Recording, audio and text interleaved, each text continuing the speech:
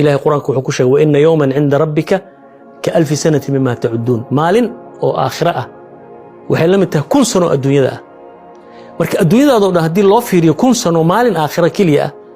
waxa way taqriiban 2 saac iyo bar 2 saac meelahaas waa nolosha adduunyada waa 2 saac marka inay hamigeeda ka saartay 2 saac sideen u noolaadaa sideen nolol fiican u gala war waxa ku sugayso nolol ka dheer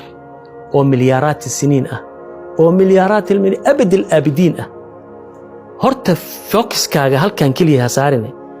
u sii jeedi halkaana ka shaqee laakiin ogow nolol dheer inay ku sugayso oo dheer ilaahay haduu marka ilaahay warsanaysa marka hadaad ilaahay ku arko oo ninka nolosh sugayso waa milyaaraad siniin wuxuu habeeni maan la ooyaya 2 saac iyo 2 saac iyo hagaaji 2 saac aan si fiican u noolaado waa ku nooleena 2 saac bal tan ma i warsatay adiga horta tan hamigaaga ma ku jira tan ma waa adigan waa ku noolaan doontaa noloshaas dheer milyaaraad siniin ayaad ku jiri doontaa waxa u baahan tahay nolol inaan ku noolaatid waxa u baahan tahay meel lagu nasto waxa u baahan tahay meel lagu raaxaysto waxa u baahan tahay janno iyo naar jirto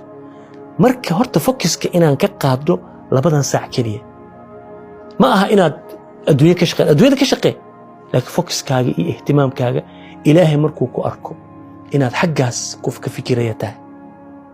tan ilaahay ku hagaajinaya laakiin haddii aqligaaga يعني عقلي هدو نقض الله بدن ساعة ليس إيجوها جكتا أنا وحب إيجي مجل نتاس هاد إلهي وحولي أدونك وحما فهما يولي أنبياء أصدري كتبا أصدجي وحائر وحائد سوكي سنول دير جنة أرضها السماوات والأرض مليارات السنين لمنين نار باجرتو ودولي قفكي قال وكبحين وحاسو لأن أنت يرى الدوية كنو شاء لغا ربا marka waxa laga rabaa inaad horta fikirkaaga adduunyo iyo aakhira ka dhigtid aakhiradan wali u badisid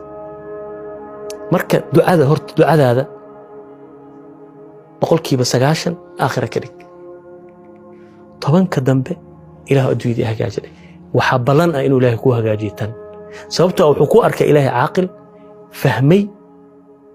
meesha daarta aakhira jirto